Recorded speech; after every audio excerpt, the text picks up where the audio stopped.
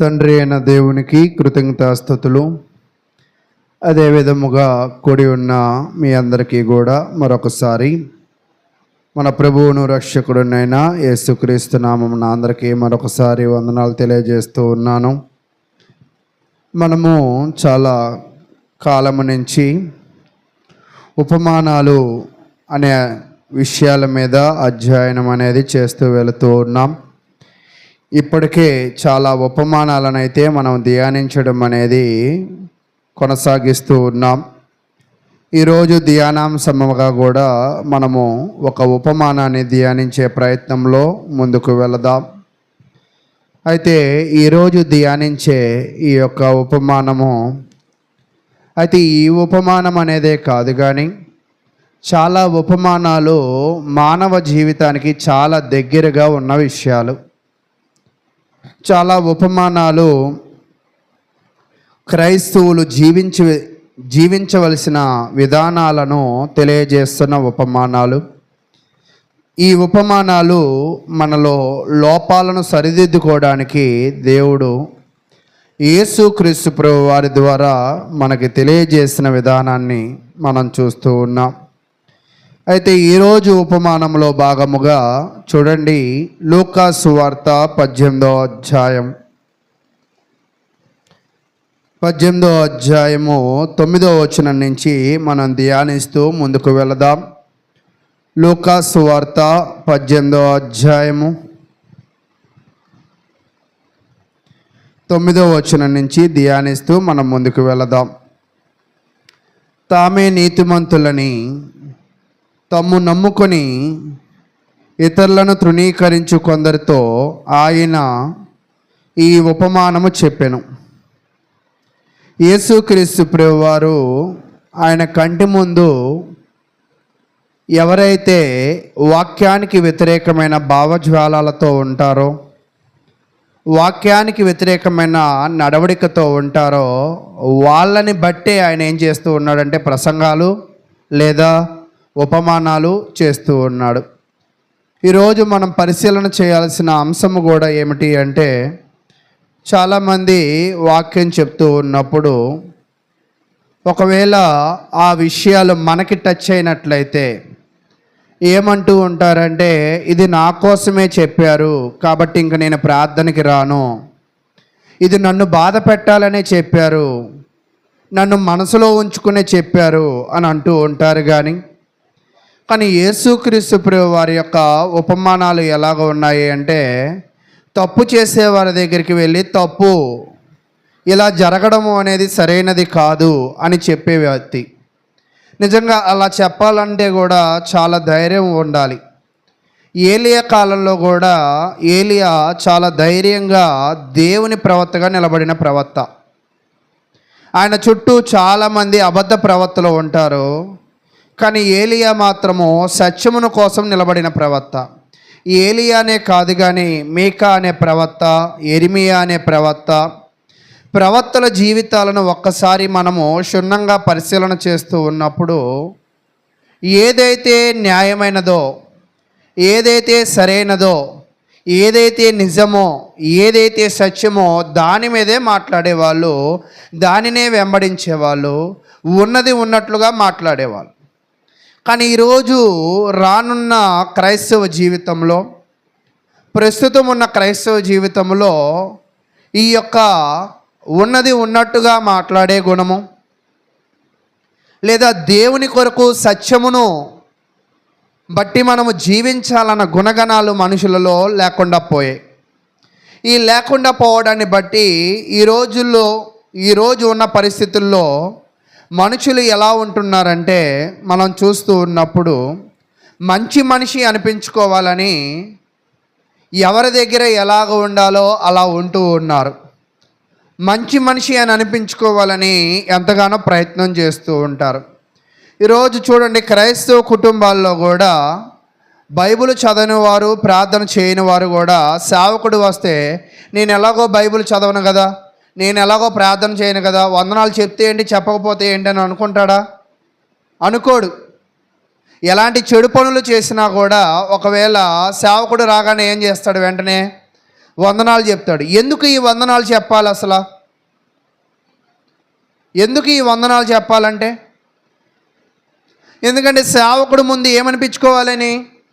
మంచోడు అనిపించుకోవాలని, అంతేనా?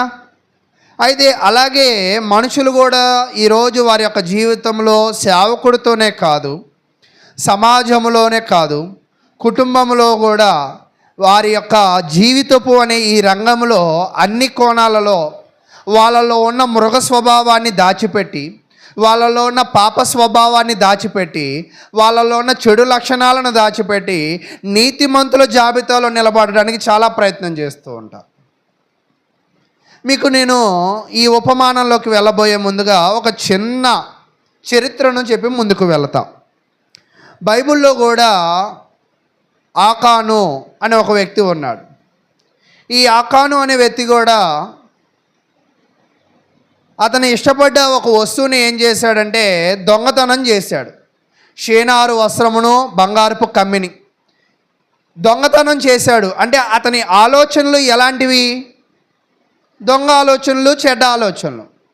వాటన్నిటినీ కూడా దొంగతనం చేసి దాచి మరలా వచ్చి ఎక్కడ నిలబడ్డాడంటే, నేనేమీ తెలియదు, నాకేమీ సంబంధము లేదు, నేను మంచివాడినే అని అనిపించుకోవడానికి ఆ జాబితాలో నిలబడ్డాడు. నిజంగానే ఈరోజు జనాలు కూడా ఎలాగ ఉంటారంటే, చేయాల్సిన పనులన్నీ చేస్తూ ఉంటారు, వచ్చి దేవుని మందిరంలో నిలబడి భక్తిని కనపరచడానికి, భక్తిని ఒలగబోయడానికి ప్రయత్నం చేస్తూ ఉంటారు. అయితే ఆ రోజు ఆకాను ఎలా అయితే దొరికిపోయాడో తప్పు చేసి, ఈరోజు నీవు నేను కూడా దొరికిపోతాం. అదే కథనంలో గేహాజీ పరిగెత్తుకుని పోయిన తర్వాత ఎలీషా అడుగుతాడు, ఎక్కడికి పోయావు అంటాడు. ఏం లేదు అంటాడు. నువ్వు దాని వెనక పరిగెత్తినప్పుడు నా మనసు నీతో రాలేదంటే దాని అర్థం ఏంటి? దేని గురించి అలా చెప్పుంటాడు? ఒకవేళ నా మనసు నీతో రాలేదా అంటే, వాస్తవానికి ఎలీషా మనసు ఎలాంటిది ముందు మనం తెలుసుకోవాలి. ఎలీషా మనసు ఎలాంటిది అంటే, సువార్త ప్రకటించాలనే ఆసక్తి, సువార్త అంటే వాక్యమును నేర్పించాలనే ఆసక్తి, సత్యమును చెప్పాలనేది ఆసక్తి, బలహీనులను బలపరచాలనే ఆసక్తి. ఈ ఆసక్తి అనే ఆత్మ ఎవరిలో కలిగి ఉన్నాడు? ఎలీషా కలిగి ఉన్నాడు. అతని దగ్గరికి గేహాజీ కూడా ఎందుకు వచ్చాడంటే, అయ్యా నువ్వు ఏ ఆసక్తి కలిగి ఉన్నావో నేను కూడా అదే ఆసక్తి కలిగి ఉన్నా, కాబట్టి నీ దగ్గర నేనేం చేస్తానంటే ట్రైనింగ్ పొందుతా అన్నాడు. అంతేనా? పొందుతా అన్న వ్యక్తి పొందకుండా తన దృష్టిని ట్రైనింగ్ వైపు కాకుండా ట్రైనింగ్లో వచ్చే ఆర్థికపరమైన వ్యక్తుల మీద నిలిపాడు.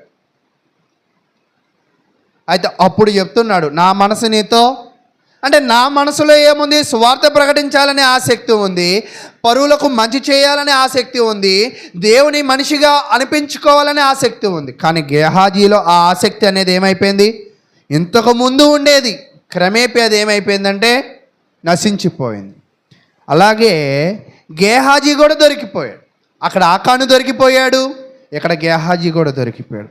అంటే ఇక్కడ నేనేం చెప్పాలనుకుంటున్నానంటే, చేయాల్సిన చెడు పనులన్నీ చేసుకుంటూ ఈరోజు గుంపులో నిలబడినట్లుగా ఆకానులాగా, ఎలీషా దగ్గర నిలబడినట్లుగా గేహాజీలాగా మనుషులు కూడా ఏం చేస్తూ ఉన్నారంటే, వాళ్ళ జీవితంలో ప్రయత్నాలు చెడు పనులన్నీ చేస్తూ, చెడు నడతలన్నీ నడుస్తూ, మాట్లాడడంలో మంచితనంగా మాట్లాడుతూ, నడుచుకోవడంలో మంచితనంగా నడుచుకుంటూ, నిజాన్ని అబద్ధంగా చేస్తూ, సత్యాన్ని అసత్యంగా చేస్తూ, ఇతరుల ఎదుట ఏమనిపించుకోవాలనుకుంటున్నారంట? మంచోన్ని అని అనిపించుకోవాలనుకుంటున్నారు. అయితే దేవుడు దీనిని ఏమంటున్నాడంటే తప్పు అంటున్నాడు. దీనిని ఏమంటున్నాడంటే కపటము అంటున్నాడు. దీనిని ఏమంటున్నాడంటే అన్యాయము అని అంటున్నాడు. ఈరోజు నిజంగా ఒక్కోసారి మనకి బట్టలు అమ్మేటప్పుడు కానీ, కొన్నిసార్లు రోడ్డు మీద కొంతమంది వేరే రాష్ట్రం నుంచి వచ్చిన వాళ్ళు కలజోళ్ళు కానీ వాచీలు కానీ అమ్ముతూ ఉంటారు, డూప్లికేట్ ఐటమ్స్ అమ్ముతూ ఉంటారు. ఎప్పుడైనా పరిశీలన చేశారా? ఈ డూప్లికేట్ ఐటమ్స్ అమ్ముతూ వాళ్ళు ఏమంటారంటే, ఇది ఒరిజినల్ ఐటమ్ అని చెప్తూ ఉంటారు. ఒరిజినల్ ఐటమ్ అని చెప్పి డూప్లికేట్లను ఏం చేస్తారంట? అమ్ముతూ ఉంటారు. ఈరోజు మనుషులు కూడా ఎలాగ ఉన్నారంటే, నేను ఒరిజినల్ అంటూ ఉన్నారు, కానీ మనిషి ఒరిజినలా కాదనేది ఎలా తెలుస్తూ ఉంటుంది? ఒక్కోసారి కొన్ని అన్ని రేబాన్ కళ్ళజోళ్ళే, కానీ రేబాన్ కళ్ళజోళ్ళు 2000, 1000 రూపాయలు పైబడి ఉంటాయి. కానీ అదే రేబాన్ కళ్ళజోళ్ళు బీసీన్ రోడ్లో 100, 150, 200 అమ్ముతారు. మరి ఆ రేబాను ఈ రేబాను ఒకటేనా అంటే ఎలా తెలుసు అంటే చూడడానికి కళ్ళజోడే, వేసుకుంటే కళ్ళజోడే. అది వేసుకుంటే ఎంత అందంగా ఉన్నావు, ఇది వేసుకున్నా కూడా అంతే అందంగా ఉన్నావు. కానీ రేబాన్ కళ్ళజోడు వేసుకున్నప్పుడు ఆ కంటికి ఇచ్చే సంరక్షణ ఈ డూప్లికేట్ కళ్ళజోడు అనేది ఇవ్వలేదు. అలాగే ఈరోజు నేను కూడా ఏం చెప్పాలనుకుంటున్నానంటే, నువ్వు నీతిమంతుడు అని భూమి మీద నిరూపించుకోగలవేమో. దేవుడు నిన్ను ఎందుకు నీతిమంతుడిగా ఉండమన్నాడు, నిన్ను ఎందుకు నీతిమంతుడిగా ప్రవర్తించమన్నాడు, నీతిమంతుడిగా జీవించమన్నాడంటే ఈ నీతి, ఈ కపటము లేని ఈ స్వభావము నిన్ను పరమందు కాపాడిద్ది. అంటే భూమి మీద మనము చేసే ఈ నీతి క్రియలు ఎక్కడ బాగుండడానికి చేస్తున్నాం మనం? పరమందు. అంటే రాబోయే భవిష్యత్తుకి పునాది ఎక్కడ వేసాం? భూమి మీద వేసాం. ఒక్కోసారి మనం వేస్తూ వెళ్ళిపోతూ ఉంటాం. ఎదుగుదల మీకు ఒక్కోసారి చూడండి, అన్ని పంటలు ఒకలాగా ఉండవు. ఒక్కోసారి మొక్కజొన్న విత్తనం వేయండి, పైకి పంట వచ్చింది. అదే క్యారెట్ వేయండి, అదే చిలకడ దుంప వేయండి, అలాగే బంగాళదుంప వేయండి, అలాగే ఉల్లిపాయ వేయండి. కొన్ని ఎదుగుదలలు పైకి వెళ్ళవు, కొన్ని ఎదుగుదలలు ఎలా వెళ్తాయి? కింద కూడా ఉంటాయి. అంటే వేస్తే ఎదుగుదల ఖచ్చితంగా వస్తుంది. వేయకుండా వేసాము అని అనుకుంటే ఎదుగుదలే రాదు. అంటే నేను చెప్పాలనుకుంటున్న విషయం ఏమిటి అంటే, ఈ లూకాసు వార్త 18వ అధ్యాయము 9వ వచనములో తామే నీతిమంతులని, అంటే తామే నీతిమంతులు అనే ఆలోచన వాళ్ళ హృదయాల్లో ఏమైపోయిందంట? పడిపోయింది. అంటే నీతిమంతులమని తాము నమ్ముకొని ఇతరులను తృణీకరించు కొందరితో తామే నీతిమంతులు. అంటే ఇక్కడ చెప్తున్న విషయం ఏంటంటే, తాము నీతిమంతులు కాదు. మొదటిది, వీళ్ళేమనుకుంటున్నారంటే మేము తప్ప నీతిమంతులే లేరు అని ఇతరులను తృణీకరించే వారి గురించి చెప్తూ ఉన్నాడు. చూడండి, ఇదేని గురించే యేసుక్రీస్తు వారు ఒక విషయాన్ని తెలియజేస్తున్నారు. లూకాసు వార్త 16వ అధ్యాయం.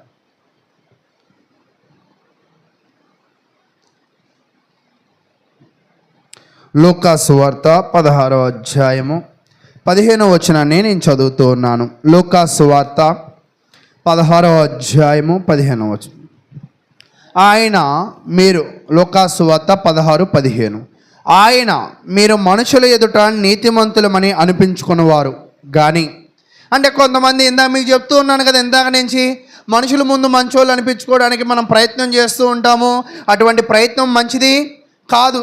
కానీ యేసుక్రీస్తు ప్రభు వారి కాలంలో కూడా ఆయన కళ్ళ ముందు మంచోళ్ళు అనిపించుకోవడానికి కొంతమంది ప్రయత్నాలు చేస్తూ ఉన్నారు. అప్పుడు చెప్తున్నాడు, దేవుడు మీ హృదయములను ఎరుగును, మనుషులలో ఘనముగా ఎంచుబడినది దేవుని దృష్టికి అసహ్యము. అంటే ఈరోజు నీవు నీతిమంతుడు అని ఎదుటివాడికి కనపరచాలని, నీతిమంతుడు అని నిరూపించుకోవడానికి చేసే ప్రతి పనిలో కూడా నువ్వు మనుషులను దృష్టిలో పెట్టుకుంటున్నావు. కాబట్టి అది నీ నీతికి సరైనది కాదు. ఇక్కడ మనం గమనించవలసింది ఏమిటి అంటే, అసలు నీతిమంతుడికి ఉండవలసిన లక్షణాల్లో ఇక్కడ ఒక లక్షణం లేదు. నీతిమంతుడు ఎప్పుడూ కూడా తాను నీతిమంతుడని నిరూపణ ఎన్నడూ కూడా చేసుకోడు. నేను అలాంటి వాడిని, నేను అంత చేశాను, నేను ఇంత చేశాను అన్న పదాలు నోట్లో కూడా రావు. మీరు ఎప్పుడైనా కూడా నోవాహు కాలంలో కానీ లేదా అబ్రహాము కాలంలో కానీ, అయ్యా నేను నీకు ఇంత చేశాను కదా, నాకేం చేయవా, ఇలాంటి మాటలు అన్నడూ కూడా మనం చూడం. అంటే కొంతమంది నీతిని నిరూపించుకోవడానికి ఎన్నడూ ప్రయత్నము చేయరు. రెండవది ఏంటంటే, ఇక్కడ నిరూపించుకోవాలనుకుంటున్నాడు. వీళ్ళ నీతి అందరికీ కూడా ఏం చేయాలనుకుంటున్నాడంటే తెలియాలనుకుంటున్నాడు. అయితే యేసుక్రీస్తు ప్రభు వారు ఏం చెప్తున్నాడంటే, ఎప్పుడు నీతిమంతుడు తన జీవితంలో తాను నీతిమంతుడని నిరూపించుకోడు, అందరికీ తెలియజేయాలనే ప్రయత్నము అటువంటి ఆలోచనలు చేయడు. కాబట్టి ఇక్కడ యేసుక్రీస్తు ప్రభు వారు చెప్తున్న విషయం ఏమిటి అంటే, నీవు నీతిమంతుడు అయితే ఒకరికి నిరూపించుకోవాల్సిన పని ముందు లేదు, నువ్వు అందరికీ చెప్పుకోవాల్సిన పని కూడా లేదు. ఎందుకు అంటే దేవుడు మీ హృదయములను ఎరుగును. అంటే దేవుడికి తెలుసు. ఇక్కడ చెడ్డ, ఈరోజు ఎవరి చెడ్డ, ఎవరు మంచి, ఎవరు మేలు చేసేవాళ్ళు, ఎవరు కీడు చేసేవాళ్ళు, ఎవరు నీతిమంతులు, ఎవరు అనీతిమంతులు, ఎవరు అనీతిమంతులుగా ఉంటూ నీతిమంతులుగా చూపించుకోవాలనుకుంటారో వాళ్ళ అందరూ కూడా ఎవరికి తెలుసు అంట? దేవుడికి తెలుసు. కాబట్టి ఇక్కడ దేవుడు చెప్తున్న విషయం ఏమిటి అంటే, నువ్వు నీతిమంతుడిగా ఉంటూ నువ్వు నీతిని నిరూపించుకోవక్కర్లా, కానీ నువ్వు అనీతిమంతుడిగా ఉంటూ నీతిని నిరూపించుకోవాలనుకుంటే ప్రతి ఒక్కని హృదయంలో దేవుడుకు ఎరుగును. మనుషులలో ఘనముగా ఎంచబడినది దేవుని దృష్టికి అసహ్యము. అంటే మనుషుల ఎదుట నీతిమంతుడిగా ఎంచుకోవాలనుకున్న ఆ స్వభావము దేవుని దృష్టికి ఎలా ఉందంట? అసహ్యముగా ఉంది. అసహ్యము అంటే ఇష్టపడనిదిగా ఉన్నది. కాబట్టి ప్రియులారా, నేను చెప్పాలనుకుంటున్న విషయం ఏమిటి అంటే, నీలో నీతిని సంపాదించుకోవడానికి ప్రయత్నం చేయి. అనీతిమంతుడి లక్షణాలు ఉంటూ నీతిమంతుడిగా కనపరచాలనే కోరికను నువ్వు ముందు మానుకోవాల్సిన వారిగా ఉండాలి. చూడండి, మన అందరికీ బాగా స్ట్రైట్గా అర్థమయ్యే ఒక విషయాన్ని చెప్తున్నాడు. యోబు గ్రంథము 11వ అధ్యాయం. యోబు గ్రంథము 11వ అధ్యాయము 11వ వచనం. ఇందాక చెప్పాడు కదా, ఏమని? నీతిమంతులని మీరు అనిపించుకోవద్దు, ఎందుకంటే అందరి హృదయములను నాకు ఎరుగును అని అంటున్నాడు కదా. ఈ ఎరుగును అనే పదము చూస్తూ ఉన్నప్పుడు 11వ అధ్యాయం 11వ వచనంలో మనకు బాగా ఇక్కడ విషయం అర్థమవుతుంది. యోబు 11:11 పనికి మాలిన వారు ఎవరో ఆయనే ఎరుగును కదా, పరిశీలన చేయకయే పాపము ఎక్కడో జరుగుచున్నదో ఆయనే తెలుసుకొనును కదా. ఇక్కడ దేవుడు ఏమంటున్నాడంటే, ఆయన పరిశీలన చేయక్కర్లేదు. మనం ఏ విషయంలో పాపంలో ఉన్నామో ఆయనకు బాగా తెలుసు. మనం ఏ విషయంలో పనికిమాలని వారమో ఆయనకు తెలుసు. మనం ఏ విషయంలో అనీతిమంతులమో ఆయనకు తెలుసు. అంటే మనిషిని ఒకవేళ నిలవబెట్టినట్లయితే, నీ గురించి 4 మాటలు చెప్పు అంటే, నేను ఇంత పనికిమాలనండి, నేను ఇన్ని పాపాలు చేశానండి, నేను ఇంత చెడ్డవాడినండి అని ఎవరు చెప్పరు. ఏం చెప్తారు? నేను ఎన్ని దాన ధర్మాలు చేశానో తెలుసా, నేను ఎంత మంచోడినో తెలుసా, నేను ఎంతమందికి సహాయం చేస్తానో తెలుసా, ఇలా నీతిమంతుల మాటలు చెప్తారు. కానీ నీ మాటలతో మనుషులను ఒప్పించగలవేమో, మెప్పించగలవేమో, కానీ దేవుడికి మాత్రం అన్నీ తెలుసు అంట. ఎవరు పనికి మాలిన వాళ్ళో ఈరోజు మనం అనుకుంటూ ఉంటాం, వీళ్ళు పెద్ద పనికి మాలిన వాళ్ళండి అని. అసలు నువ్వేం చెప్పొద్దు వాళ్ళ గురించి, నువ్వు వాళ్ళని ఏం తృణీకరించద్దు, వాళ్ళని ఎప్పుడు ఏలెత్తి చూపించద్దు, కానీ దేవుడికి తెలుసు. కాబట్టి ప్రియులారా, నేనేం చెప్పాలని ప్రయత్నం చేస్తున్నానంటే, ఈరోజు మన జీవితంలో కూడా మనం ఎలాగ ఉంటున్నామో ఒకసారి పరిశీలన చేయండి. మన పరిశీలనలో మన జీవితాలు మనకి ఎలా కనపడతాయి అంటే, మన దృష్టికి మన జీవితాలు ఎప్పుడు కూడా మంచిగానే కనపడుతూ ఉంటాయి. మన మాటలు తిన్నగానే ఉంటాయి, మన పనులు తిన్నగానే ఉంటాయి. నేను ఎంత మంచోడో నీకు తెలుసుగా బ్రదరు, నీకు తెలుసుగా సోదరి అని చెప్తూ ఉంటారు. కానీ ఇక్కడ చెప్తూ ఉన్నాడు, సామెతల గ్రంథము 21వ అధ్యాయం.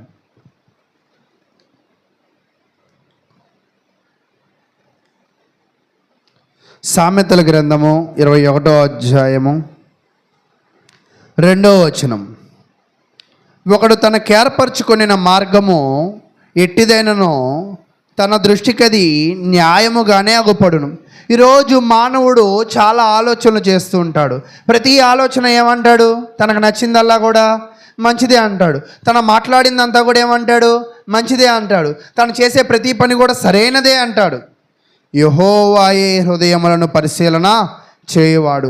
కానీ దేవుడు ఏం చెప్తున్నాడంటే, నువ్వు ఆలోచన చేసేవన్నీ మంచివి నీకు అనిపించవచ్చు, నువ్వు నడుచుకునే ప్రతి మార్గం నీకు మంచిది అనిపించవచ్చు, నువ్వు చేసే ప్రతి పని కూడా మంచిదే అని నువ్వు అనుకోవచ్చు. కానీ దేవుడికి తెలుసు ఏంటంటే, నువ్వు ఏది పనికిమాలినది చేస్తున్నావో, ఏది మంచిది చేస్తున్నావో, ఏ విషయంలో సరిగ్గా ఉంటున్నావో, ఏ విషయంగా సరిగ్గా ఉండడం లేదో. ఒక్కోసారి నీ లిస్ట్ అంతా కూడా ఎవరి దగ్గర ఉందంట? దేవుడి దగ్గర ఉంది అని దేవుడైతే పదే అంటే ఇక్కడ విషయాలను చూడండి. మనం ఇప్పటిదాకా చదివిన ప్రతి వాక్యం ఒకటే చెప్తుంది, నీతిమంతుడు ఎవరో అనీతిమంతుడు ఎవరో నాకు తెలుసు. నీతిమంతుడు అని భూమి మీద నువ్వు నిరూపించుకున్నంత మాత్రాన నువ్వు నీతిమంతుడివి కాదు.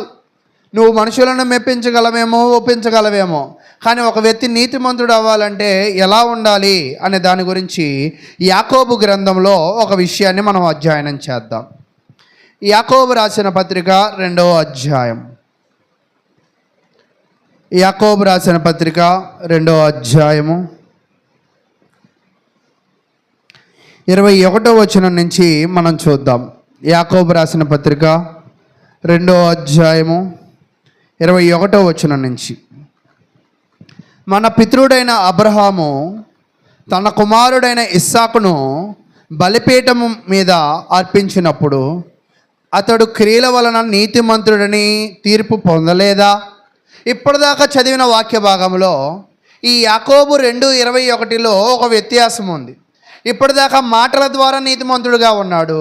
ఒక్కోసారి ఈ మాటలే కనపడుతున్నాయి, కానీ ఒక వ్యక్తి నీతిమంతుడు కావాలంటే చేయవలసింది ఏమిటో ఇక్కడ స్పష్టంగా చెప్తూ ఉన్నాడు.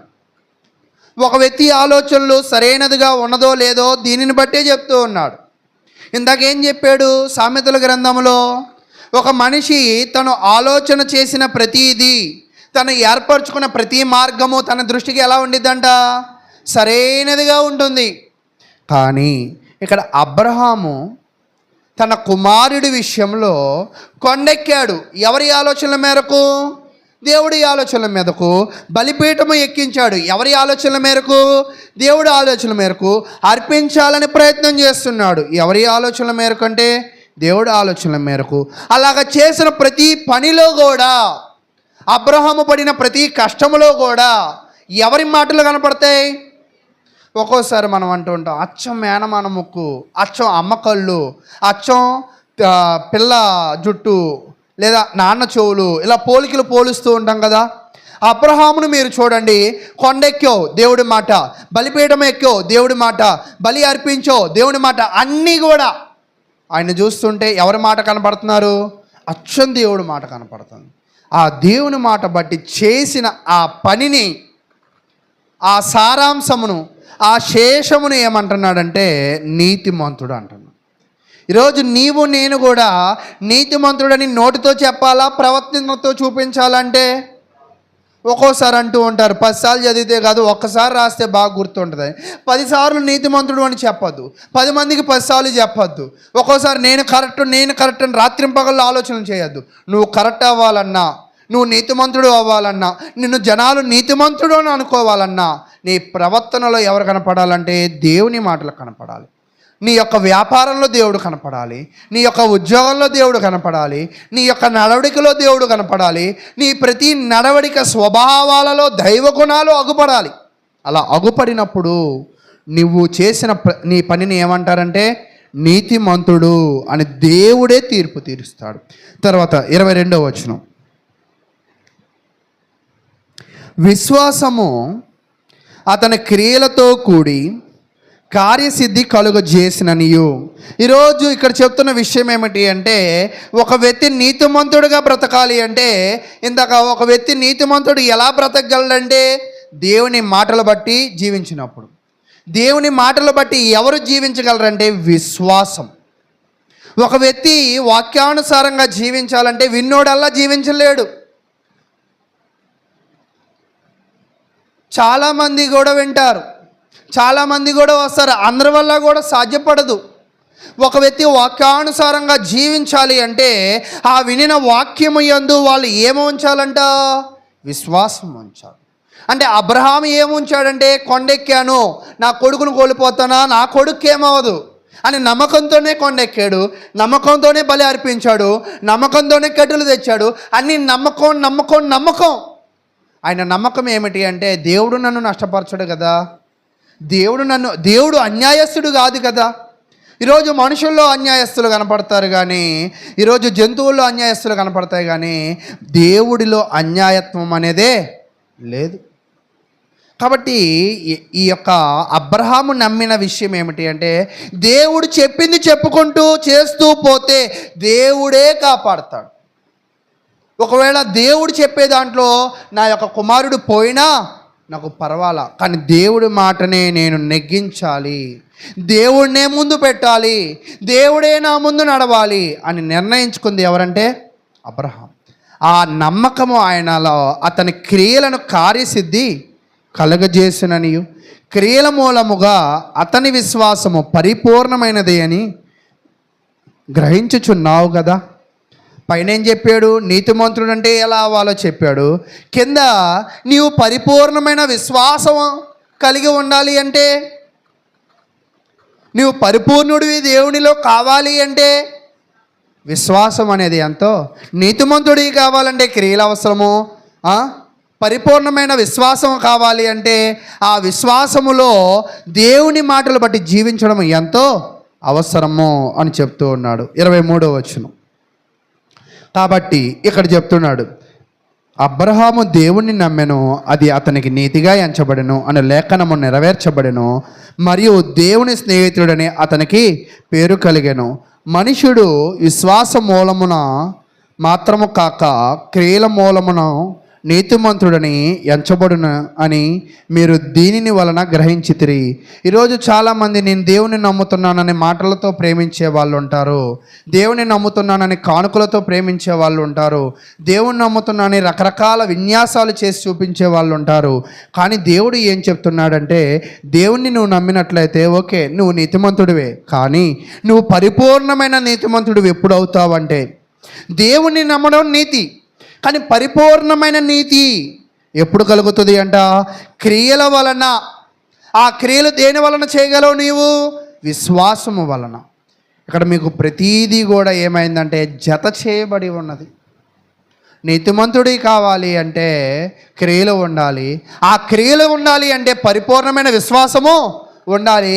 ఈ పరిపూర్ణమైన విశ్వాసము నిన్ను ఏం చేసిద్ది అంటే పరిపూర్ణమైన నీతిమంతుడుగా నిలవబెట్టిద్ది. కాబట్టి ప్రియులారా, ఈరోజు మనం అందరం ఏమనుకుంటామంటే దేవుని దగ్గరికి వస్తే చాలు నీతిమంతులం అయిపోతాము, దేవుని దగ్గరికి కానుకలు ఇస్తే చాలు నీతిమంతులం అయిపోతాము, లేదా సమాధి క్రీస్తు బట్టి చేస్తే చాలు నీతిమంతుడం అయిపోతాము, పెళ్ళిళ్ళు క్రీస్తులో చేస్తే చాలు నీతిమంతులు అయిపోతాము అని మనం అనుకుంటూ ఉంటాం. కానీ మన జీవితంలో నీతిమంతుడి కావాలి అంటే ఖచ్చితంగా విశ్వాసము చాలా ప్రాధాన్యమైనది. కాబట్టి ఈరోజు దీనిని బట్టి మనం నేర్చుకోవాల్సిన విషయం ఏమిటి అంటే, ఒక వ్యక్తి నీతిమంతుడు అని నోటితో చెప్పడానికి అవకాశమే లేదు. ఒక వ్యక్తి నీతిమంతుడు అని ఎలా చెప్పాలంటే విశ్వాసముతో చెప్పాలి, క్రియలతో చెప్పాలి, నడవడికతో చెప్పాలి, ప్రవర్తనతో చెప్పాలి. ఈ ప్రవర్తన చెప్పాలి, మాటలు కాదు, నోరు కాదు, ఓపెన్ కావాల్సింది దేవుడు ఇచ్చిన ఈ జీవితం ద్వారా చెప్పాలి మనం నీతిమంతులమని. అయితే ప్రియులారా, కానీ మనిషి ఏమనుకుంటూ ఉంటాడంటే తన జీవితం ఎప్పుడూ కూడా తను ఏర్పరచుకున్న మార్గము న్యాయమైనదే, తను చేస్తున్న పని దేవునికి ఇష్టమైనదే అని అనుకుంటూ ఉంటాడు. చూడండి, సామెతల గ్రంథము 21వ అధ్యాయం. సామెతల గ్రంథము 21వ అధ్యాయము 3వ వచనం. ఇందాక 2వ వచనం చదివాము, ఇప్పుడు 3వ వచనం. నీతి న్యాయములను అనుసరించి నడుచుకొనుట బలి నర్పించుట కంటే యెహోవాకు ఇష్టం. ఇక్కడ చెప్తున్న పిన్ పాయింట్ చూడండి. అంటే దేవుడికి అర్పించవలసిన బలుల కంటే, దేవుడికి ఇవ్వవలసిన ఒకవేళ కానుకల కంటే నువ్వు చేయవలసింది ఏంటంటే నీతి న్యాయంగా బ్రతకడం. దీనిని బట్టి కొంతమంది దేవుడికి డబ్బులేమో అవసరం లేదు, అందుకే కానుకలు నేను ఎక్కువ వేయను బ్రదరు, కానీ నేను నీతిగా నడుస్తా బ్రదర్ అంటారు. ఇది కూడా తప్పే. ఇక్కడ దేవుడు చెప్తున్న విషయం ఏమిటి అంటే, మనిషి నీతి న్యాయాలను అనుసరించి ఖచ్చితంగా ఈ భూమి మీద నడవాలి. కానీ ఎందుకు నడవలేకపోతున్నాడు? 4వ వచనం. అహంకార దృష్టియు గర్వహృదయములను భక్తిహీనుల క్షేమమును పాపయుక్తములు శ్రద్ధ గలవారి యోచనలు లాభకరములు తాళిమి లేక పని చేయవానికి నష్టమే ప్రాప్తించును. ఇక్కడ దేవుడు ఏం చెప్తున్నాడంటే, నీతిమంతుడు అని అహంకారము ఉంటే, నీతిమంతుడు అని గర్వము ఉంటే, ఈ అహంకారము ఈ గర్వము ఈ యొక్క నిన్ను ఎలాగ మార్చిద్ది అంటే భక్తిహీనుడిగా మార్చిద్ది. ఈ భక్తిహీనత నిన్ను ఏం చేసిద్ది అంటే పాపానికి నడిపించిద్ది. ఈ పాపము నీకు ఏం చేసిద్ది అంటే నువ్వు ఏది చేసినా నష్టాన్నే ప్రాప్తించింది. ఒక్కోసారి అంటూ ఉంటాం, ఒక్కోసారి దరిద్రుడు ఏది పట్టుకున్న దరిద్రం అన్నట్టు ఉంటుంది కదా. కొంతమంది కొన్ని రంగాల్లో రాణించలేరు కదా. ఎందుకు మనం రాణించలేము అంటే మన ఆలోచనలో ఎవరు లేరు? దేవుడు లేరు. మన క్రియలలో ఎవరు లేరు? దేవుడు లేడు. మన నడవడికలో ఎవరు లేరు? దేవుడు లేరు. ఇవేవీ లేకపోతే చివరిగా మనం ఏమవుతామంటే అనీతిమంతుడిగా ఉంటాము. మన అనీతిమంతుడు యొక్క స్వభావానికి చివరికి వచ్చేది ఏంటంటే నష్టమే ప్రాప్తించును. కాబట్టి ప్రియులారా, ఈరోజు నేను చెప్పే విషయం ఏమిటి అంటే, నీకు నష్టము ప్రాప్తిస్తుందని నువ్వు బాధపడుతున్నావు, నువ్వు నీతిమంతుడు అని నీవు గొప్ప చెప్పుకుంటూ ఉన్నావు. కానీ ఈరోజు దేవుడు చెప్తున్న విషయం ఏమిటి అంటే, నువ్వు నీతిమంతుడు కావాల్సిన విధి విధానాలను ఇక్కడ చాలా క్షుణ్ణంగా మనకి తెలియజేస్తూ ఉన్నాడు. తెలియచేయడమే కాదు, అలాంటి గుణగణాలు కలిగిన వాళ్ళే ఇప్పుడు లూకాసు వార్త 18వ అధ్యాయం 9వ వచనంలో చూద్దాం. ఇక్కడ వాళ్ళు కూడా పేరుకే నీతిమంతులు, కానీ దేవుడికి వీళ్ళు ఎలాంటి వాళ్ళని తెలుసు? చెడ్డవాళ్ళు అని తెలుసు, అనీతిమంతులు అని తెలుసు. అయితే అలాంటి వారికి దేవుడు యేసుక్రీస్తు ప్రభువారు తెలియచేస్తున్న ఒక విషయాన్ని చూద్దాం. ఆయన ఒక ఉపమానం చెప్పాడు. ఏంటి ఆ ఉపమానం అంటే 10వ వచనం. ప్రార్థన చేయుటకై 2 మనుషులు దేవాలయానికి వెళ్ళిరి. 2 అన్నారు కదా, మీరు ఇటు చూడండి, 2 అన్నారు కదా, 1, 2 అంతేనా? ఈ 2లో మంచోళ్ళు ఎవరు అంటే మీరు చెప్పగలరా? ఈ 2లో, నేను చూపించిన 2లో 2 ఎక్కడికి వెళ్ళారు అంటే 2 వెళ్ళడంలో 100 స్ట్రైక్, అంటే 2కి 100కి 100 మార్కులు ఇద్దాం. మరి 2లో నీతిమంతులు ఎవరో అనీతిమంతులు ఎవరు చెప్పగలం? వెళ్ళడం వరకు 2 నీతిమంతులే, కానీ అక్కడ జరుగుతున్న విషయం, వారిలో ఒకడు పరిసేయుడు, ఒకడు సుంకరి. పోనీ ఇప్పుడు వీళ్ళిద్దరిలో ఎవరు మంచోళ్ళో చెడ్డోళ్ళో చెప్పగలరా? అంటే పేరును బట్టి మనం చెప్పలేము, ప్రవర్తన అక్కడ దేవాలయానికి వెళ్ళిన దాన్ని బట్టి మనమైతే చెప్పలేము. కానీ కొంచెం ముందుకు వెళ్ళిన తర్వాత 11వ వచనం, ఇప్పుడు మొదటి వ్యక్తి గురించి చెప్తున్నాడు. పరిసేయుడు నిలవబడి, దేవా నేను చోరులను, చదవండి,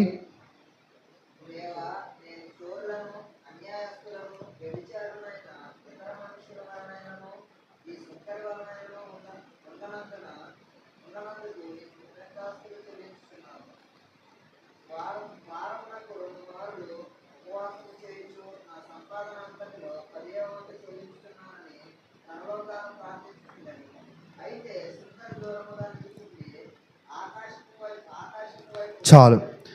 ఒక వ్యక్తి ఇక్కడ ప్రార్థన చేస్తూ ఉన్నాడు. దేవాలయానికి 2 వెళ్ళారు, ఒక వ్యక్తి ప్రార్థన చేస్తూ ఉన్నాడు. ఈ ప్రార్థన విధానాన్ని మనం పరిశీలన చేస్తే, ఈ ప్రార్థన ఆ యొక్క కాంటెక్స్ట్ని మనం పరిశీలన చేస్తూ ఉన్నప్పుడు ఇతను చేస్తున్నది ఏమిటి అంటే, పరిసేయుడు ఎత్తి చూపడం. ఆయన రెండింటినీ ఎత్తి చూపుతున్నాడు. ఒకటి అతని ఎదుటివాడిలో ఉన్న లోపాలు. అంటే ఇప్పుడు పరిసేయుడు యొక్క దృష్టి అంతా కూడా ఎవరి మీద ఉంది?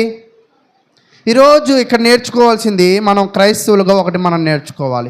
క్రైస్తవులుగా మనం అందరం దేవుని మందిరానికి వస్తూ ఉన్నాం. ఈ పరిసేయుడు లాగానే ఒక తప్పు చేస్తూ ఉన్నాం. మన దృష్టి ఎప్పుడు కూడా ఎదుటివాడి మీద పెడుతూ ఉంటాం. ఎదుటివాడు ఏం వేసుకొచ్చాడు, ఎదుటివాడి ఆలస్యంగా వచ్చాడా, ఎదుటివాడి ద్రాక్షారసం ఎలా తీసుకుంటున్నాడు, ఎదుటివాడు చేసే తప్పులను ఇలాగా ఎదుటివాడు పాటలు పాడుతున్నాడా లేదా, ఎదుటివాడి మీద దృష్టి పెడుతూ ఉంటాం. కానీ క్రైస్తవ జీవితంలో పరిసేయుడు చేస్తున్న ఆ పొరపాటు మనం కూడా చేస్తున్నాం. ఈరోజు స్థానిక సంఘాలకు వెళ్ళిన తర్వాత ఈరోజు నువ్వు దృష్టి పెట్టవలసింది ఎవరి మీద అంటే, దేవుని మీద దృష్టి పెట్టాలి, ఆరాధన మీద దృష్టి పెట్టాలి. ఆ దేవుని మందిరంలో నువ్వు నిమగ్నత మీద, నువ్వు దేవునిని ఆరాధించే శైలి మీద దృష్టి పెట్టాలి. కానీ ఇతను పరిసేయుడు దృష్టి పెట్టింది ఏంటంటే ఎదుటివాని మీద. ఈరోజు నిజంగా స్థానిక సంఘాల్లో కూడా ఎక్కువ సమస్యలు ఏంటంటే, ఆడు కారు కొన్నాడు, ఆయన అభివృద్ధి పొందాడు, నేనేమి ఇంతకాలం అభివృద్ధి పొందలా. అంటే అతడు కారులో తిరిగే భాగ్యాన్ని ఎవరిచ్చి ఉంటారు? ఇతను బైక్ మీద తిరిగే భాగ్యాన్ని ఎవరిచ్చి ఉంటారు? ఒకవేళ అతనికి 2 మగపిల్లలు పుట్టే భాగ్యాన్ని ఎవరిచ్చి ఉంటారు? ఇక్కడ ఇతనికి 2 ఆడపిల్లలు పుట్టే భాగ్యాన్ని ఎవరిచ్చి ఉంటారు? ఈరోజు మనుషులు ఏమనుకుంటున్నారంటే, ఎదుటి వాడిని చూసి వాడికి ఉన్నది నాకు లేదు కదా, ఈ యొక్క వ్యత్యాసాన్ని బట్టి, అతనిలో ఉన్నది నాలో లేదు కాబట్టి నేను తక్కువ వాడను అని అనుకుంటూ, లేదా అతనిలో లేదు నాలో ఉంది కాబట్టి నేను గొప్పవాడును అని అనుకుంటూ, ఒకటి అతన్ని తక్కువ చేస్తూ ఉంటాడు, లేదా ఇతన్ని తక్కువ చేసుకుంటూ ఉంటాడు, లేదా అతన్ని గొప్ప చేస్తూ ఉంటాడు, లేదా ఇతనిని గొప్ప చేసుకుంటూ ఉంటాడు. అంటే నేను చెప్తున్న వర్షన్ మీకు అర్థమవుతుందా? ఈరోజు క్రైస్తవ జీవితాలు కూడా ఈ పరిసేయుడు లాగానే ఉన్నాయి. ఈ పరిసేయుడు లాగా ఉంటూ ఉన్నప్పుడు పరిసేయులు ఎలాంటి జీవితాలు జీవిస్తున్నారంటే, పరిసేయులు అందరూ చెడ్డవాళ్ళంటే పరిసేయులు అందరూ చెడ్డవాళ్ళేం కాదు. పరిసయ్యుల్లో నికోదేము లాంటి మంచోడు ఉన్నాడు, అరిమర్తాయి అనే మంచోళ్ళు అంటున్నారు. అంటే పరిసయ్యుల్లో కూడా నీతిమంతులు ఉన్నారు. కానీ అదే పరిసయ్యుల్లో చెడ్డవాళ్ళు కూడా ఉన్నారు, అదే పరిసయ్యుల్లో గర్విష్ఠులు కూడా ఉన్నారు, అదే పరిసయ్యుల్లో అహంకారులు కూడా ఉన్నారు, అదే పరిసయ్యుల్లో ఇతరులను తృణీకరించే వాళ్ళు కూడా ఉన్నారు. అయితే ఈ పరిసయ్యుడు గర్వించడానికి గల కారణం ఏంటి? చాలామంది అంటూ ఉంటారు, ఏం చూసుకుని అంత విర్రవీగుతున్నావు అని అంటూ ఉంటారు. ఏం చూసుకుని నువ్వు మాట్లాడుతున్నావు, ఏం చూసుకుని ఎగిసెగిసి పడుతూ ఉన్నావు అంటూ ఉంటారు. ఏం చూసుకున్నావంటే నిజంగా ఈరోజు చాలామంది మేమే మంచోళ్ళం, మీరు మంచోళ్ళు కాదు, మీతో మేము సహవాసం చేయము, లేదో మీతో కలవము, మీ దగ్గరికి రాము అని ఇలాగ మాట్లాడే వాళ్ళు కూడా ఈరోజు ఈ సమాజంలో ఉన్నారు. సమాజంలో కాదు, స్థానిక సంఘాల్లో ఉన్నారు. స్థానిక సంఘాల్లో సభ్యులు అందరూ మాట్లాడుకోరు. ఏ స్థానిక సంఘానికైనా వెళ్ళండి, అందరూ మాట్లాడుకోరు. ఇది నిజం. కొంతమంది డబ్బున్న వాళ్ళతో బాగా మాట్లాడతారు, కొంతమంది బీదవాళ్ళతో బాగా మాట్లాడతారు, కొంతమంది మధ్యతరగతి వాళ్ళతో మాట్లాడతారు. అంతేగాని అందరూ క్రీస్తునందు ఒక్కటే అనే ఆ గుణము, ఆ ప్రేమ వాళ్ళలో ఉండదు. కొంతమంది మతాన్ని బట్టి ప్రాధాన్యత ఇస్తారు, కొంతమంది కులాన్ని బట్టి ప్రాధాన్యత ఇస్తారు, కొంతమంది పక్కపక్కన ఉంటాం కాబట్టి ప్రాధాన్యత ఇస్తూ ఉంటారు. అంటే సంఘాలలో కూడా ఏమో ఉన్నది అంటే హెచ్చు తగ్గుల యొక్క తారతమ్యము ఉన్నది. కానీ ఇక్కడ దేవుడు చెప్తున్న విషయం ఏమిటి అంటే, నీవు నీతిమంతుడని ఒకరిని తక్కువ చేయొద్దు, నీ దగ్గర వాడని ఒకరిని తక్కువ చేయొద్దు, నీ యొక్క బంధువు అని ఒకరిని దూరం చేయొద్దు, ఒకరిని దగ్గర చేయొద్దు. అంటే నీ యొక్క భౌతికమైన ఆలోచనలు ఏది కూడా ఎక్కడ పెట్టద్దు? సంఘంలో పెట్టద్దు. ఎందుకు అంటే ఒకవేళ నీ భౌతికమైన ఆలోచనలతో నువ్వు సంఘంలో ఉంటే, నువ్వు భౌతికమైన ఆలోచనలతో దేవుని ఎన్నడూ కూడా సేవించలేవు. ఈరోజు అబ్రహాము చూడండి, కొండ ఎక్కినప్పుడు ఆలోచనలు ఏంటి? నాకు ఒక్కడే కొడుకు, ఆ ఇష్మాయిలు నా దాసికి పుట్టాడు, నాకు పుట్టాడు కానీ నా దాసికి పుట్టాడు, నా వాగ్దాన పుత్రుడు కాదు అని అనుకున్నాడా? భౌతికంగా ఆలోచించాడా? పుట్టిన ఒక్కడు ఇస్సాకు అని భౌతికంగా ఆలోచించాడా? ఆలోచించాలా? అంటే ఆరాధించేటప్పుడు మనిషికి కావాల్సిన ఆలోచన ఏమిటి అంటే, నీవు దేవునిని ఆరాధించేటప్పుడు ఈ వారం కాకుండా అంతకుముందు ఆదివారం చెప్పాను, నిష్కపటమైన మనసు ఉండాలి. యెహోషువ కాలంలో మీకు చెప్పారు, వారు నిష్కపటమైన మనసు. ఈరోజు ఈ పరిసయ్యుడు ప్రార్థనకే వచ్చాడు, అతను కూడా ప్రార్థనకు వచ్చినప్పుడు కానీ పరిసయ్యుడు మనసులో ఏముందంట? నిష్కపటం ఉంది. ఎలా చెప్పగలవు అంటే, ఇతను చూసుకోకుండా పక్క ఉన్నోడిది బాగా చూస్తున్నాడు. పక్కనోడిలో ఉన్నవాడిలో ఏం చూస్తున్నాడంటే లోపాలు చూస్తున్నాడు, ఇతనిలో ఉన్న గొప్ప చూసుకుంటూ ఉన్నాడు. ఈరోజు నిజంగా బాగా క్రైస్తవ జీవితాల్లో పెద్ద మేజర్ మిస్టేక్ ఏంటంటే ఇదే. ఈరోజు మతాలు వాళ్ళు ఒక దగ్గర కూర్చుంటారు, కులాలు వాళ్ళు ఒక దగ్గర కూర్చుంటారు, స్నేహితులు ఒక దగ్గర కూర్చుంటారు. అందరి దగ్గర ఉండాలి, అందరితో ముందుకు వెళ్ళాలి అనే ఆ గుణగణాలు అనేది క్రైస్తవ జీవితంలో ఇంకా రాలా. అంతే కదా. ఇప్పుడు పరిసయ్యుడు కూడా ఏమనుకుంటున్నాడు, ఓ సుంకరి అంటే సుంకర్లు లోపలికి రావడానికి అవకాశం లేదు. మీరు ఎప్పుడైనా దేవాలయం స్ట్రక్చర్ చూడండి, మీకు గతంలో కూడా నేను నేర్పించా, దానికి కొన్ని ఎంట్రన్స్లు ఉంటాయి. ఒక ఎంట్రన్స్ వరకు కొంతమందే రావాలి, ఇంకొక ఎంట్రన్స్ వరకు కొంతమందే రావాలి, ఇంకొక ఎంట్రన్స్ వరకు కొంతమందే రావాలి. అందరూ అన్నిట్లో రావడానికి అవకాశము. ఈ పరిసయ్యుడు పరిశుద్ధ స్థలం దాకా రాగలడు, కానీ సుంకరి ఎక్కడ దాకా రాగలడో తెలుసా? మెయిన్ గేటే, అక్కడే ఉండాలి. అన్య ప్రాంగణం అంటారు దాన్ని. అన్య ప్రాంగణంలో ఉండగలడు. ఈ అన్య ప్రాంగణంలో ఉండి అతను ఏమన్నాడు తెలుసా? ఆయనలాగా నేను లేను, నేను ఎలా ఉన్నానంటే నీకు దగ్గరగా ఉన్నానయ్యా అంటున్నాడు, నీకు స్నేహితుడిగా ఉన్నానయ్యా అంటున్నాడు. ఎవరు? పరిసయ్యుడు. కానీ ఒక వ్యక్తి ఆయనకి స్నేహితుడు ఎలా అవుతాడంటే అబ్రహాము విషయంలో అంటాడు, అబ్రహాము దేవునికి స్నేహితుడు అయ్యాడు. ఎలా అయ్యాడు? మాటలు బట్టా, లేదా ఎదుటివాడి తప్పులు చెప్పడాన్ని బట్టా? ఈరోజు ఒక్కోసారి నేను ఒక చిన్న ఉదాహరణ చెప్తాను మీకు. 2021లో నేను ఒక ఉద్యోగం నుంచి ఇంకొక ఉద్యోగానికి మారినప్పుడు అక్కడ ఖాళీ ఉందని ఇంకొక అతనికి కూడా చెప్పా. అతను నాకు బాగా చెడు చేసిన వ్యక్తే నిజమేంటంటే, అయినప్పటికీ కూడా సరే అని చెప్పా.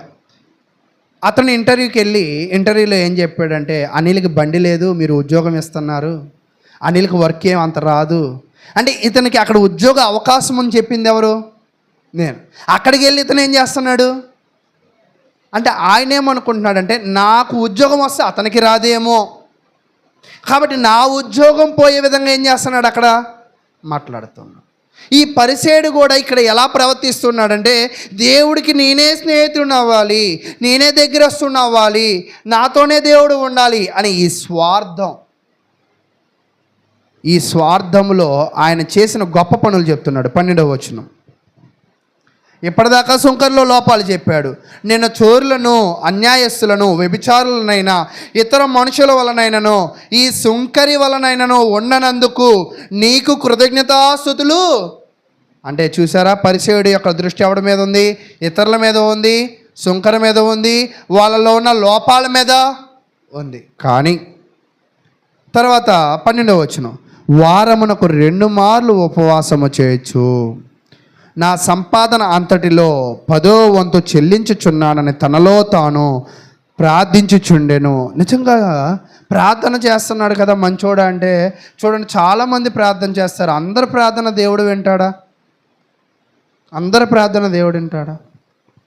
అయితే ప్రియులారా, ఈ యొక్క పరిసేయుడు మోషే నియమించిన ఆ యొక్క ఉపవాస దినము, అంటే మీరు ఎప్పుడైనా ఉపవాసాన్ని గురించి పరిశీలన చేస్తూ ఉన్నప్పుడు సంవత్సరానికి ఒక ప్రత్యేకమైన పరిశుద్ధ దినము అది ఒకటి ఉంటుంది. సంవత్సరానికి ఒక రోజు 7వ నెల 10వ రోజున ఒక ఉపవాస దినము అనేది ఇశ్రాయేలీలు అందరూ, యూదులు అందరూ చేస్తారు. అది స్పెషల్ డే. సంవత్సరానికి ఒక్కసారే చేస్తారు. అయ్యా, నేను స్పెషల్ డే ఉపవాసం చేస్తాను, వారానికి ఒకసారి ఉపవాసం కూడా చేస్తాను అని చెప్తున్నాడు. అంటే నువ్వు విధించిన ఉపవాస విధానాన్ని నేను పాటిస్తూ ఉన్నాను అంటే అతని దృష్టిలో ఆయన ఏమనుకుంటున్నాడంటే నేను గొప్పోని. ఎందుకు గొప్పోని అంటే నేను ఉపవాసం చేస్తున్నా కదా, అంటే ఉపవాసం చేస్తే నేను దేవుడి మాట వినినవాడినే కదా. అసలు ఉపవాసం చేయమన్న ఉద్దేశం వేరే, ఉద్దేశాన్ని అనుసరించట్లా, పనిని అనుసరిస్తున్నాడు. పనిని అనుసరించడం వేరే, ఉద్దేశాన్ని అనుసరించడము వేరే. కాబట్టి ప్రియులారా, ఇక్కడ పరిసేయుడు ఏమంటున్నాడంటే ఇతను ప్రార్థన చేస్తున్న కాలం ఇంచుమించుగా ఉదయం 9 లేదా మధ్యాహ్నం 3, ఈ రెండిట్లో ఏదో ఒకటి అవ్వచ్చు అని కొంతమంది రచయితలు చెప్తూ ఉన్నారు. ఎందుకంటే ఆ సమయంలోనే ఆలయంలోకి వెళ్ళి వాళ్ళు ఏం చేస్తారంటే ప్రార్థనలు చేస్తూ ఉంటారు.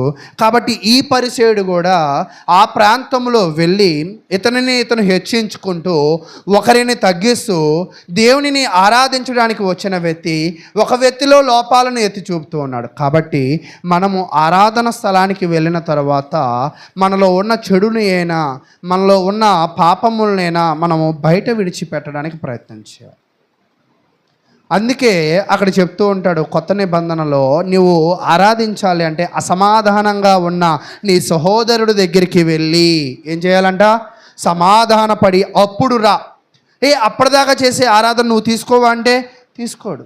ఈరోజు మనం ఏమనుకుంటూ ఉంటామంటే ఇతరులను తృణీకరిస్తూ, ఇతరులను హింసిస్తూ, ఇతరులను తగ్గించి మాట్లాడుతూ, ఇతరులను విమర్శిస్తూ, ఇతరులను తిరస్కరిస్తూ, ఇతరులను బాధ పెడుతూ ఈరోజు నువ్వు చేసే అటువంటి ఆరాధన అది ఎంత గొప్ప ఆరాధనైనా, వారానికి ఒక ఉపవాసం ఉన్నా, 10వ వంతు చెల్లించిన, నీ కష్టము మొత్తము దేవుడికి ఇచ్చిన, ఇదంతా కూడా దేవుడు ఆయన దానిని పరిగణలోకి తీసుకోడు.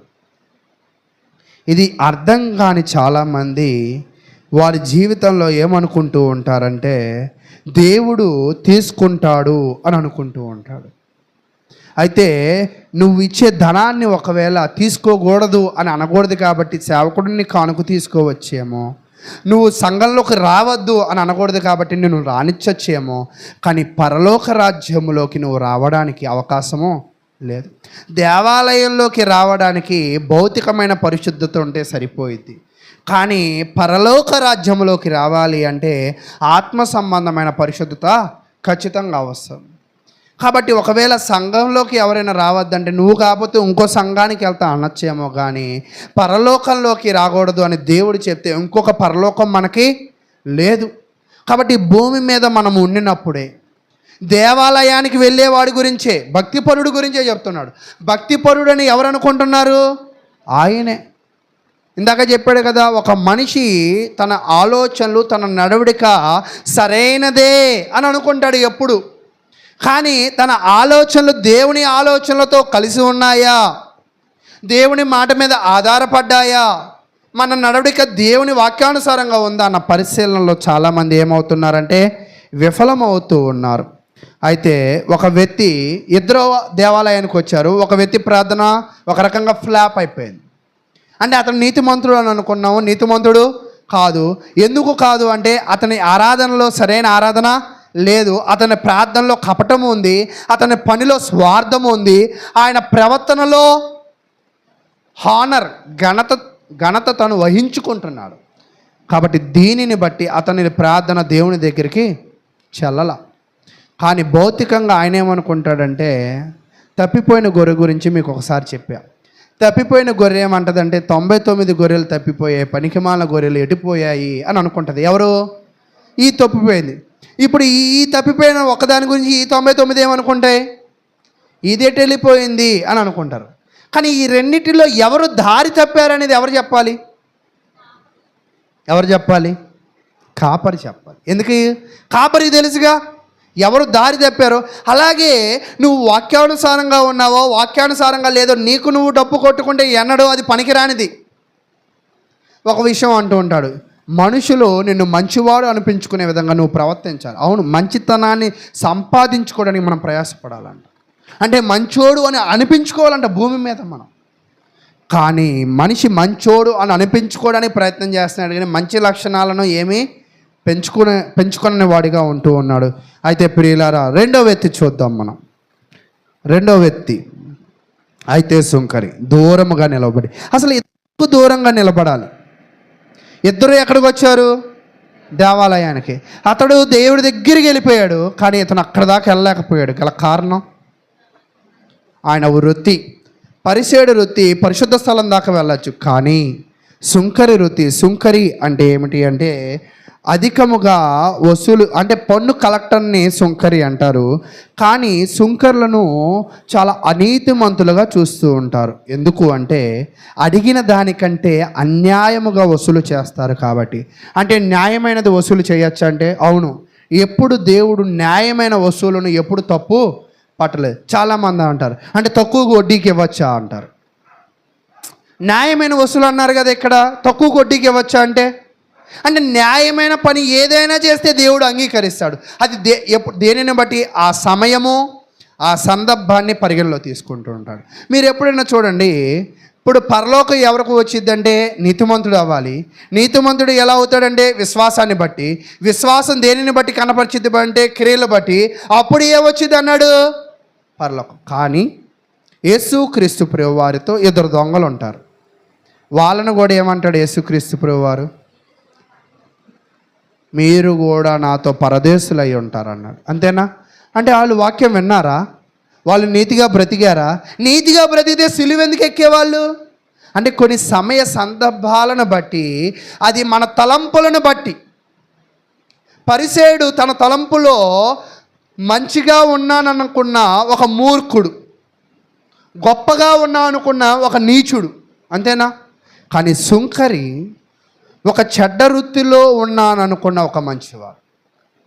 వృత్తి చెడ్డదే, కానీ ఆ వృత్తిలో కూడా ఆయన ఎలా బ్రతికాడంట? నీతిగా బ్రతికే ప్రయత్నం చేశాడు. ఒక్కోసారి కొన్ని పనులు మనల్ని చేయనిస్తాయి. ఎదుటి వాడికి సహాయ సత్కారాల విషయంలో ఒక్కోసారి ఈరోజు సమాజం నడుస్తున్న తీరును బట్టి, మనకున్న ఆర్థిక పరిస్థితులు బట్టి, కొన్ని లావాదేవీలు బట్టి న్యాయంగా మనం ఇతరులకు ఏదో చేయాలనుకుంటూ ఉంటాం. కానీ దానిని బట్టి సమాజం మనల్ని చెడ్డవారిగా అనొచ్చు, జనులు మనల్ని చెడ్డగా చూడవచ్చు. కానీ నీ ఉద్దేశం మంచిదైతే, నీ ఉద్దేశం వాక్యానుసారమైనదైతే, మళ్ళీ ఈ ఉద్దేశం ఏదై ఉండాలంట? నీకు ఇష్టమైన సారమైనది కాదు, వాక్యానుసారమైనదైతే ఆ ఉద్దేశాన్ని బట్టి సుంకరి దూరంగా నిలబడ్డాడు. అంటే సుంకరి మంచోడే, ఉద్దేశాలు కూడా మంచిగానే ఉన్నాయి. దూరంగా ఎందుకు నిలబడ్డాడంటే అతను ఉన్న వృత్తి ఆకాశం వైపు కన్నులెత్తుటకైన ధైర్యము చాలక రొమ్ము కొట్టుకొనుచు, దేవా పాపినైనా నన్ను కరుణింపమని పలికెను.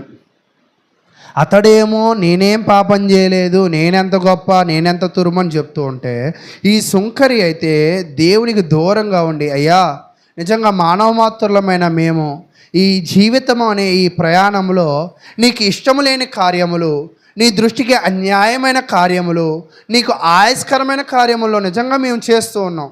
అయితే చెయ్యట్లేదైతే మేమైతే ఒప్పుకోవట్లేదు, కానీ నీతిగా బతకాలని కూడా మేము ఆశపడుతూ ఉన్నాం.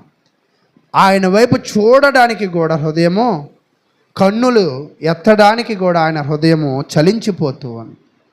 అయితే పాపినైన నన్ను కరుణింపమని పలికాడు. ఈరోజు నువ్వు చేసే పనిలో చెడ్డదవ్వచ్చు, కానీ ఆ హృదయపూర్వకంగా నువ్వు చేస్తున్న పనిలో ఉన్న లోపాన్ని నువ్వు ఒప్పుకుని దేవుని దగ్గరికి రావాలనుకున్న వాళ్ళకి ఇదే ఒక హెడ్లైన్. ఎవరినైనా దేవుడు ఏం చేస్తాడంట? క్షమించగలిగిన సమర్థుడు, కరుణించగలిగిన సమర్థుడు. కాబట్టి ఎవరైనా మన జీవితంలో మన ఎదుట పాపము చేసి, మన విషయంలో తప్పు చేసి తిరిగి క్షమించమని ఒకవేళ మనల్ని అడిగితే, అది ఎంత ఘోర పాపమైనా మనము వారిని ఖచ్చితంగా ఏం చేయాల్సిందే? క్షమించవలసింది. ఆ క్షమించవలన గుణము హృదయములో నుంచి వచ్చినా క్షమించాల్సిందే, అది నోట్లో నుంచి వచ్చినా క్షమించవాలి. హృదయంలో నుంచి వచ్చినట్లయితే నీ క్షమాపణ ఆయనకి ఆశీర్వాదం అవుతుంది. గొంతులో నుంచి వచ్చిందైతే ఆ క్షమాపణ, నీ క్షమాపణ అతనికి శాపం అవుతుంది. మీకు మొన్న కూడా చెప్పా, సామెతల గ్రంథం 24 ఒకడికి అపాయము కలిగినప్పుడు అతనిని చూసి నవ్విన ఎడల, అతనిని చూసి తిరస్కరించిన ఎడల, అతనిని అవమానించిన ఎడల ఆ సమస్య నీ వైపు త్రిప్పునేమో. ఈరోజు ఒక పాపి వచ్చి ఆ పాపాన్ని ఒప్పుకున్నప్పుడు మనుషులమైన మనలనే క్షమించమంటున్న దేవుడు, ఖచ్చితంగా దేవుడు ఏం చేస్తాడంట? క్షమిస్తాడు. కాబట్టి ప్రియులారా 14 అతని కంటే ఇతడు నీతిమంతుడుగా తీర్చబడి తన ఇంటికి వెళ్ళునని మీతో చెప్పుచున్నాను. తన్ను తాను హెచ్చించుకున్నవాడు తగ్గింపబడిననియు, తన్ను తాను తగ్గించుకున్నవాడు హెచ్చింపబడిననియు చెప్పెను. ఈ యొక్క విషయం ఎందుకు చెప్పారంటే, ఈ సమాజంలో అందరూ కూడా ఉన్న విశ్వాసాన్ని బట్టి, ఉన్న సీనియారిటీని బట్టి, చేస్తున్న పనులను బట్టి, పెట్టుకుంటున్న ప్రార్థనలు బట్టి చాలామంది ఈ సమాజంలో హెచ్చించుకునే స్వభావం బాగా వస్తుంది. అది మానవ మాత్రమైన మనకు ఉంటుంది. లేదు నేను హెచ్చించుకోను బ్రదరు అంటే, లేదు మనం హెచ్చించుకుంటాం. అక్కడ 1 యోహాను రాసిన పత్రికలో ఏమంటాడంటే, నేను అబద్ధం ఆడలేదు అంటే, అబద్ధం ఆడలేదు అన్నావంటే నువ్వే పెద్ద అబద్ధికుడు అంటాడు. నేను హెచ్చించుకోలేదు అని నువ్వు అంటున్నావంటే నువ్వు ఒక అబద్ధికుడివి. అంటే క్రైస్తవ జీవితంలో మానవ మాత్రమైన ఈ రక్తమాంసములు కలిగిన ఈ శరీరంలో అహంకారం ఉంటుంది, ఈ శరీరంలో గర్వం ఉంటుంది, ఈ మనసు నిన్ను ఒక్కోసారి ఘనతకు పాత్రలను చేస్తూ ఉంటుంది. కానీ దానిని నువ్వు జయించాలి అంటే, దానిని నువ్వు ఆ శోధన నుంచి నువ్వు తప్పించుకోవాలంటే, శోధన సహించువాడు ధన్యుడు అని ఉంటుంది. దేనివల్ల సహించగలడు, దేనివల్ల జయించగలడు అంటే ఈక్వల్ అంటే ప్రార్థన. ఈ దేవాలయానికి వచ్చిన ఈ ఇరువుల్లో ఒక వ్యక్తి తనలో ఉన్న అహంకారాన్ని ఎందుకు చంపుకోలేకపోయాడు, తనలో ఉన్న గర్వాన్ని ఎందుకు ఆపుకోలేకపోయాడంటే, ఆయన ప్రార్థన గొంతుతో చేస్తున్నాడు కానీ మనసుతో. అంటే ఈరోజు గొంతుతో చేసే ఏ ఆరాధన అయినా, గొంతుతో పలకరించిన ఏ ప్రేమ మాట అయినా, గొంతుతో చేసే ఏ సత్క్రియ అయినా, చేతులతో చేసే ఏ సత్క్రియ అయినా ఆ సత్క్రియ దేవుని యొద్దకు చేరదు. హృదయముతో చేసే చిన్న పని అయినా ఆ పని, సుంకరి ప్రార్థన డైరెక్ట్గా వెళ్ళిందంట. రచయితలు చెప్తుంటారు కామెంటరీ, డైరెక్ట్గా సుంకరి ప్రార్థన ఎవరి దగ్గరికి వెళ్ళింది అంటే దేవుని యొద్దకు వెళ్ళినట్లుగా చెప్తూ ఉన్నాడు. కాబట్టి ప్రియులారా చూడండి, కీర్తనల గ్రంథం 24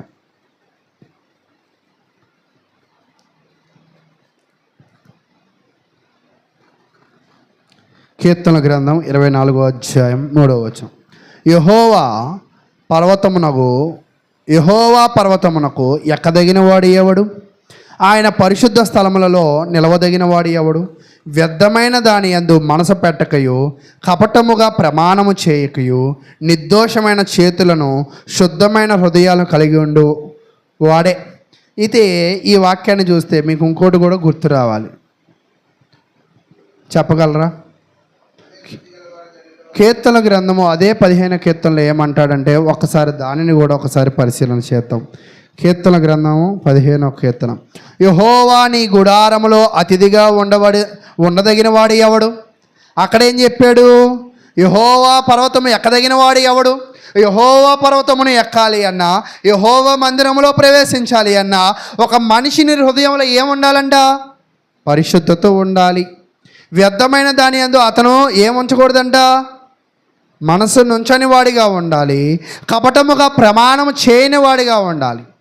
నష్టము కలిగినను ఏం తప్పని వాడిగా ఉండాలంట? మాట తప్పని వాడిగా ఉండాలి. నిర్దోషమైన చేతులు, శుద్ధమైన హృదయము కలిగి ఉండువాడే. ఒక వ్యక్తి ఎప్పుడు నీతిమంతుడు అవుతాడంటే అతని చేతులు ఎలాగ ఉండాలంట? అక్కడ చెప్తూ ఉంటాడు నిర్దోషమైన అంటే అక్కడ చెప్తుంటాడు క్లీన్ హ్యాండ్స్, ఏ మాలిన్యము అంటని చేతులు. అంటే నీ శరీరముతో ఏ పాపమును ముట్టని యొక్క శరీరము.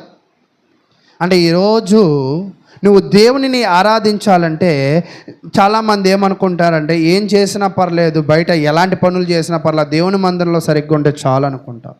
కాదు, దేవుని మందిరంలో నువ్వు నీ ఆరాధన అంగీకరించాలంటే ఇంగ్లీష్లో ఏం చెప్తాడంటే he that had clean hands అంటే పరిశుద్ధంగా, అంటే ఎటువంటి క్రిమి కీటకాలు లేని, ఎటువంటి లోపము మురికి లేనిది. తర్వాత శుద్ధమైన హృదయం అంటే ప్యూర్ హార్ట్ అంటే కొంతమంది అంటారు మంచి తాజా చికెన్ కొట్టండి. తాజా చికెన్కి నిల్వ చికెన్ తేడా ఉందా? ఏంటి తేడా? రుచి, అంతేనా? అలాగే ప్యూర్ హార్ట్కి, ప్యూర్లెస్ ఒకవేళ హార్ట్కి, లేదా అటు డూప్లికేట్ హార్ట్కి ఏంటి తేడా అంటే హార్ట్ కనపడడానికి హార్ట్, పంపింగ్కి హార్ట్, కానీ ప్యూర్ హార్ట్లో ఉండే గుణగణాలు వేరే, ఆ ప్యూరిటీ వేరే. ప్యూరిటీ అంటే స్వచ్ఛమైన హృదయమును, పరిశుద్ధమైన చేతలు. అంటే ఇక్కడ ఏం అడుగుతున్నాడు తెలుసా? నీ క్రియలు పరిశుద్ధంగా ఉండాలి. నీ క్రియలు పరిశుద్ధంగా ఉండాలంటే నీ హృదయం ఎలా ఉండాలంట? ప్యూర్గా ఉండాలి. నీ హృదయం ప్యూర్గా ఉండాలి అంటే నీ కపటమును పక్కన పెట్టాలి. కపటాన్ని ఏం చేయాలంట? ఈరోజు చాలామంది మాట్లాడుతూ ఉంటారు, మనసులో ఒకటి ఉంటుంది, నోట్లో ఇంకోటి ఉంటుంది. నిజం, కొంతమంది మొక్కలు చూస్తే ఇట్టే పసిగట్టగలవు. వాళ్ళతో పర్లా పెద్ద ప్రాబ్లం లేదు. అసలు కపటము లోపలికి ఒకటి బయటికి ఇంకోటి మాట్లాడి పసిగట్టలేని మనుషులు ఉంటారు. అమ్మో ఇంత పని చేశాడు అంటారు కదా, వీళ్ళే పెద్ద డేంజర్. కానీ దేవుడికి ఏమంటున్నాడంటే ఆయన హృదయ అంతరంగములను, ఆయన హృదయములను ఎరిగినవాడు. నువ్వు నీతిమంతుడువో అనీతిమంతుడువో నిర్ణయించవలసింది ఎవరంట? దేవుడే అని చెప్తూ ఉన్నాడు. కాబట్టి ప్రియులారా, అక్కడ ఇంకొక విషయాన్ని నేను తెలియజేస్తాను. చూడండి, 1 తిమోతి రాసిన పత్రిక 1 తిమోతి రాసిన పత్రిక 2వ అధ్యాయము 8వ వచనం. 1 తిమోతి రాసిన పత్రిక 2వ అధ్యాయము 8వ వచనం. కావున ప్రతి స్థలమందును పురుషులు కోపమును సంశయమును లేనివారై పవిత్రమైన చేతులు ఎత్తి ప్రార్థన చేయవలనని కోరుకొనుచున్నాను. ఈరోజు ప్రార్థన చేసేటప్పుడు నువ్వు నీ పరిశుద్ధమైన హృదయాన్ని బట్టి, నీ ప్యూర్ హార్ట్ను బట్టి, లేదా అక్కడ చెప్తూ ఉంటాడు holy hands, clean hands, holy hands అంటే ఇటువంటి పరిశుద్ధతను బట్టి చేయాలి, కానీ ఎదుటివాడి లోపాలను కాదు. అపవిత్రమైన పనులను బట్టి నువ్వు ప్రార్థన చేసిన ఆ ప్రార్థనలు దేనికి పనికిరాని ప్రార్థనలుగా తయారవుతాయి.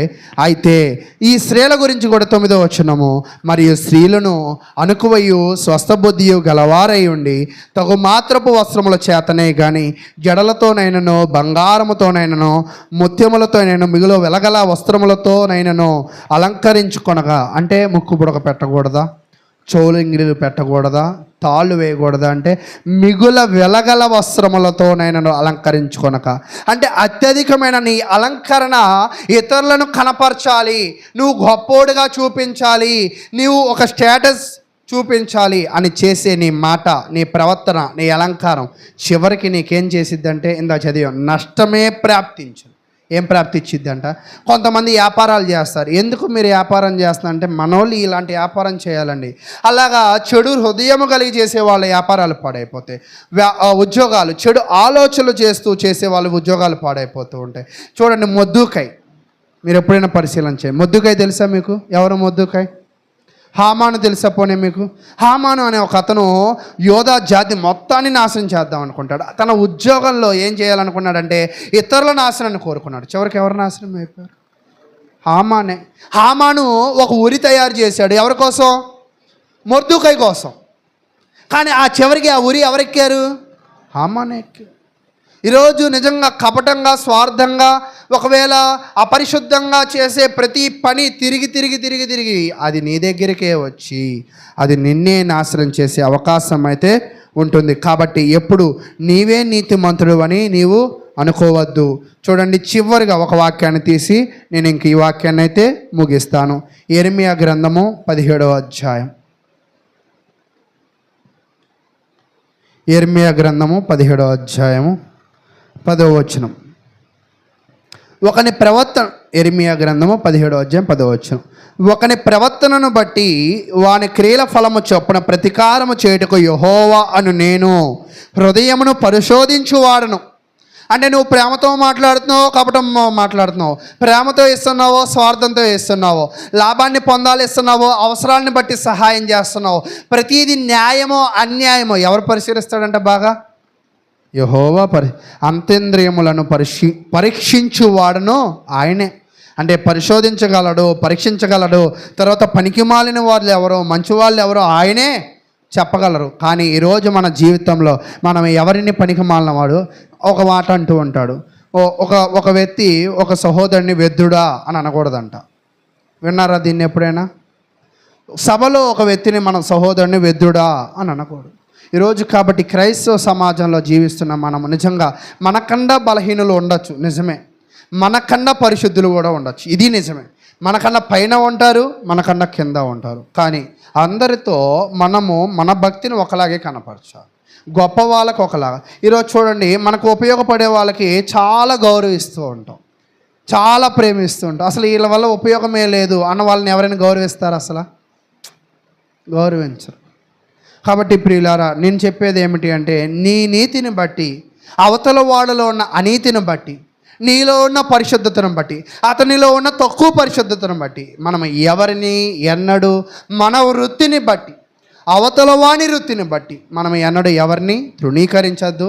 మాట్లాడకుండా కూడా ఉండడానికే ప్రయత్నం చేయాలి.